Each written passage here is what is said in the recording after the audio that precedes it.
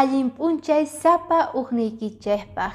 Imaynata tiempo pasaspa kasan, kay agosto killa pasanqa apurata.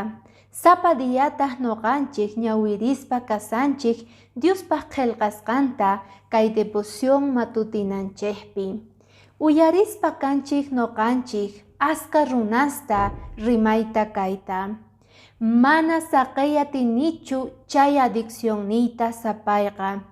Noqa munanipi saqeyta pero mana tinichu. Aska llakiwan paykunaqa parlangu kaykunata. Apóstol Pablopis kikinta rimaspa karqa. Chaypaq kunan noqinpitayki kicharinapaq kay Diospaq qillqasqanta kay libro de Romanos capítulo 7 versículo 19 pi tarinchik kayta uyarispa kay. Mana ruwanichu allin ruway munasqayta. Manchayri mana allinta ruwani mana ruway munasqaytachu. Apóstol Pablopis reconocespa karqa huchanta. Chayrayku declaraspa karqa kay rimayta.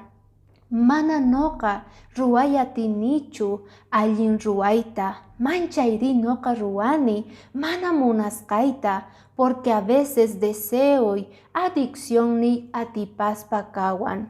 Kikinta noqanchispi sientekunchik munasqa kuyamasi.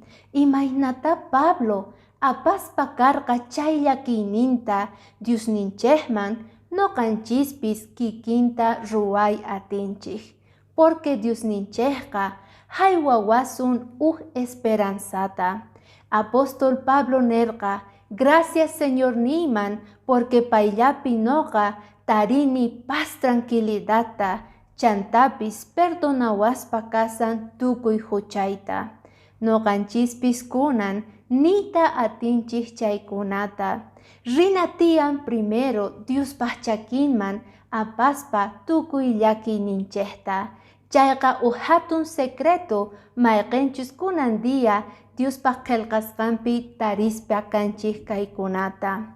Ama faltaychu k'aya, noqa suyarispa kasayki Guatemanta. Bendiciones.